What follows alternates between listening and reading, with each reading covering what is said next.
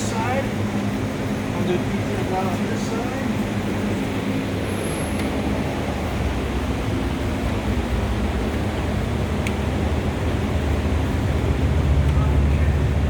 Let's sit down again. Just balance here, sit again.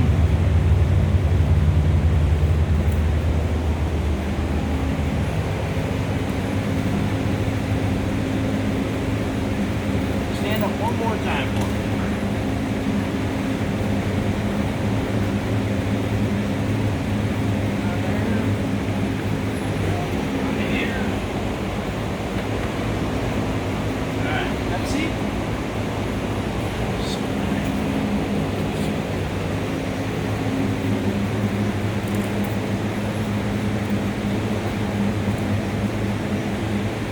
Right there. Go ahead and hop off and we go over how to set them and adjust them.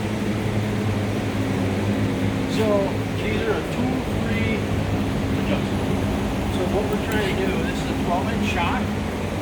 So measuring center bolt to center bolt, usually about 12 inches, depending on what the motorcycle weight is.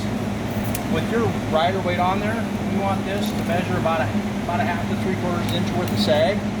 So that means we're going to measure about 11 1/4 to 11 1/2 inches with your rider weight on there. Okay. So to adjust these, this spring is pinned to this spring seat. The spring seat collar travels up and down these threads. You just grab it with 2 hands. You don't have to have gloves on, but I do about 200 of these this week. So, and I always index with our legend logo out, and you just turn it. As you turn, that increases your spring tension for setting your sag. Back out. Where we got it right there. Simple as that to set your sag setting. That's the first setting you want to get. This is your rebound damping knob. So 1 being the fastest rebound, or least amount of rebound control. 6 being the highest. I send everybody out of here on a 3. Basically what that's going to do is you think of this as a pogo stick. Jump on a pogo stick and it wants to shoot you back up.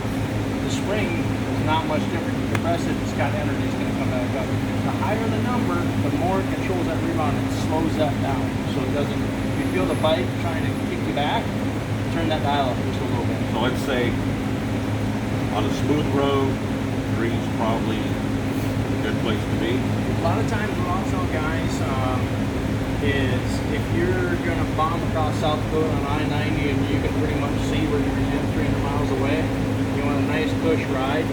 If you normally run on a 3, you could drop it down to like a 2. Then you get here and you're going to dump all, you're going to dump your weight or whatever. You're going to go hit the canyons or you want to go cars and twisties, whatnot. Crank that up. If you normally run a 3, maybe crank it up to a 4. Kind of gives it that little bit more control through the corners, not quite so floaty, a little firmer feeling. So the more aggressive, the higher it can be. It is what you want. Right. It's a lot of personal preference. The other thing I always tell everybody is when you get home, everybody's got that road that's just a terrible road, potholes, whatever it is. It does have some corners on it. Maybe even take your bags off, set these to a 1, both sides. Run down that road, come back and set them both to a 6. Because then you can feel the difference with that knob does. You may not be able to feel the difference between a 2 and a 3 and a 3 and a 4, but you're going to feel between a 1 and a 6. Because what we really want you to do is understand what that knob is doing, not just remember, what that guy let you tell me, a 3, no, don't worry about the number. Once you understand what that knob does, then you can set on that number. Other than that, all you got to do is ride them. It'll take you probably 500,000 miles to break in a little bit. That spring will break in just a little bit, a little set. But yeah, you should be good to go. We'll throw your bags back on there and get you down the road. Thank you.